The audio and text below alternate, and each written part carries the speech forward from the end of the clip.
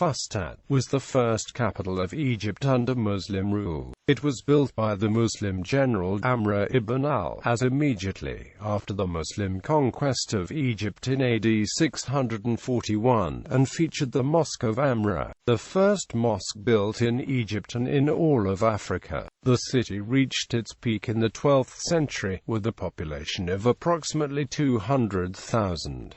It was the center of administrative power in Egypt, until it was ordered burnt in 1168 by its own vizier, Shawar, to keep its wealth out of the hands of the invading Crusaders. The remains of the city were eventually absorbed by nearby Cairo, which had been built to the north of Fustat in 969 when the Fatimids conquered the region and created a new city as a royal enclosure for the Caliph. The area fell into disrepair for hundreds of years and was used as a garbage dump. Today, Fustat is part of Old Cairo, with few buildings remaining from its days as a capital. Many archaeological digs have revealed the wealth of buried material in the area. Many ancient items recovered from the site are on display in Cairo's Museum of Islamic Art.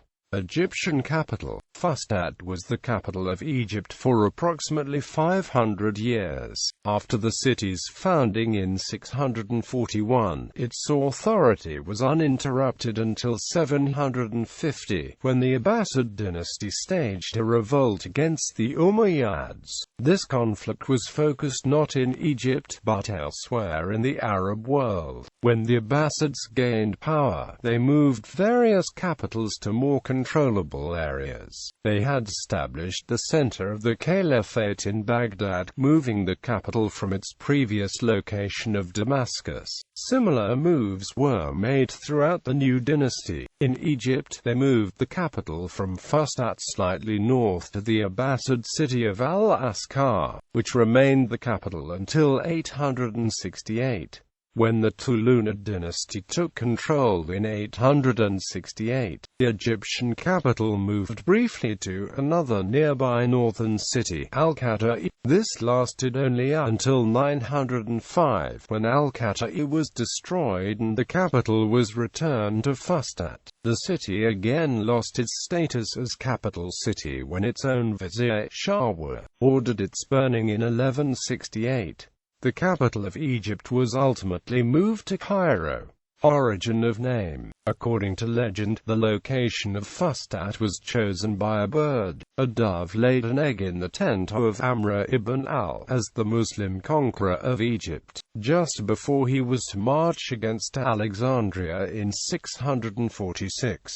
His camp at the time was just north of the Roman fortress of Babylon. Amr declared the dove's nest as a sign from God, and the tent was left untouched as he and his troops went off to battle. When they returned victorious, Amr told his soldiers to pitch the tents around his, giving his new capital city its name, Masr al-Fustat, or Fustat Masr, popularly translated as City of the Tents, though this is not an exact translation. The word Masr was an ancient Semitic root designating Egypt, but in Arabic also has the meaning of a large city, a metropolis. So the name Masr al-Fustat could mean metropolis of the tent.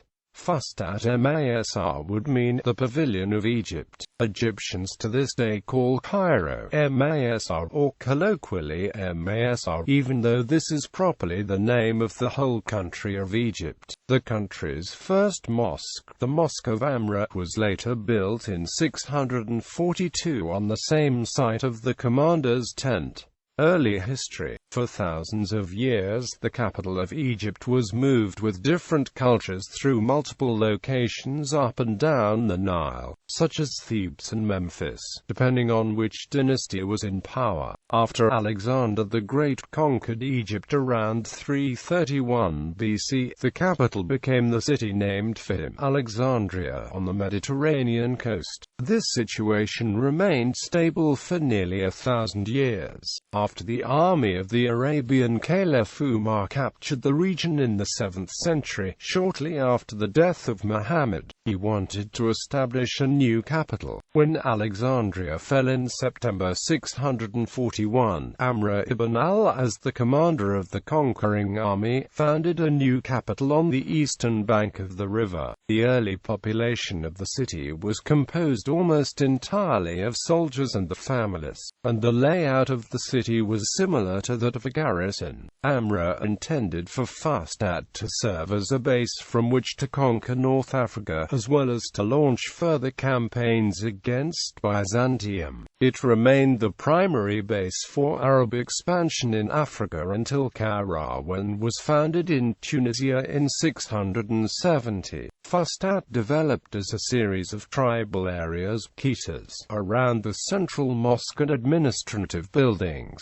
The majority of the settlers came from Yemen, with the next largest grouping from Western Arabia, along with some Jews and Roman mercenaries. Arabic was generally the primary spoken dialect in Egypt, and was the language of written communication. Coptic was still spoken in Fustat in the 8th century. Fustat was the center of power in Egypt under the Umayyad dynasty, which had started with the rule of Muawiyah I, and headed the Islamic Caliphate from 660 to 750.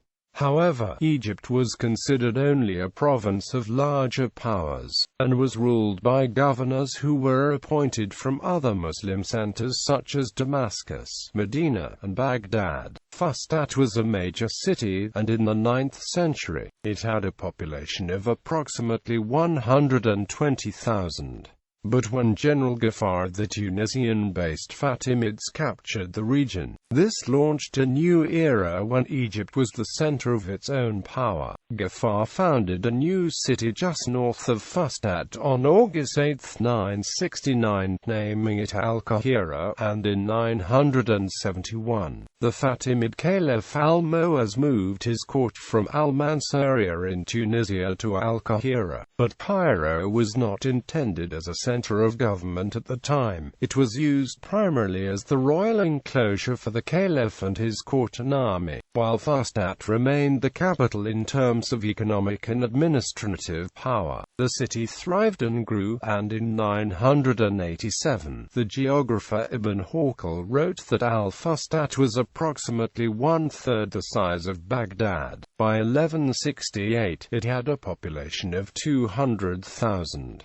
The city was known for its prosperity, with shaded streets, gardens, and markets. It contained high-rise residential buildings, some 7 stories tall, which could reportedly accommodate hundreds of people. Al-Muqaddasi in the 10th century described them as minarets, while Nazir Khusraw in the early 11th century described some of them rising up to 14 stories, with roof gardens on the top story complete with ox-drawn water wheels for irrigation. The Persian traveler Nazir-I Khusraw wrote of the exotic and beautiful wares in the Fustat markets, iridescent pottery, crystal, and many fruits and flowers, even during the winter months. From 975 to 1075, Fustat was a major production center for Islamic art and ceramics, and one of the wealthiest cities in the world. One report stated that it paid taxes that were equivalent to $150,000 per day to the administration of Caliph Mu'azz. Modern archaeological digs have turned up trade artifacts from as far away as Spain, China, and Vietnam. Excavations have also revealed intricate house and street plans. A basic unit consisted of rooms built around a central courtyard, with an arcade of arches on one side of the courtyard being the principal means of access.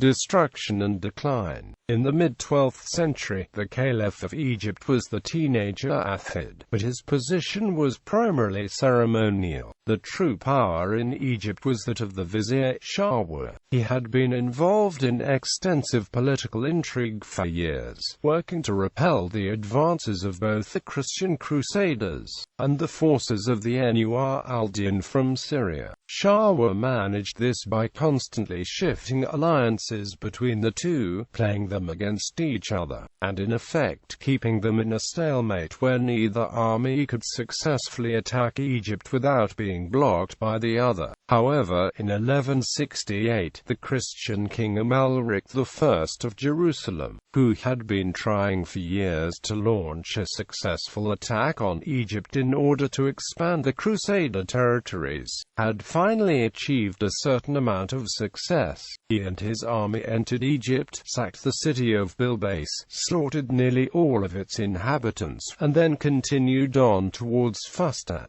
Amalric and his troops camped just south of the city, and then sent a message to the young Egyptian Caliph Athid, only 18 years old, to surrender the city or suffer the same fate as Bilbais. Seeing that Amalric's attack was imminent, Shawar ordered Fustat city burned, to keep it out of Amalric's hands. According to the Egyptian historian al-Makrzi, Shawar ordered that Fustat be evacuated. He forced to leave the money and property behind and flee for their lives with their children. In the panic and chaos of the exodus, the fleeing crowd looked like a massive army of ghosts.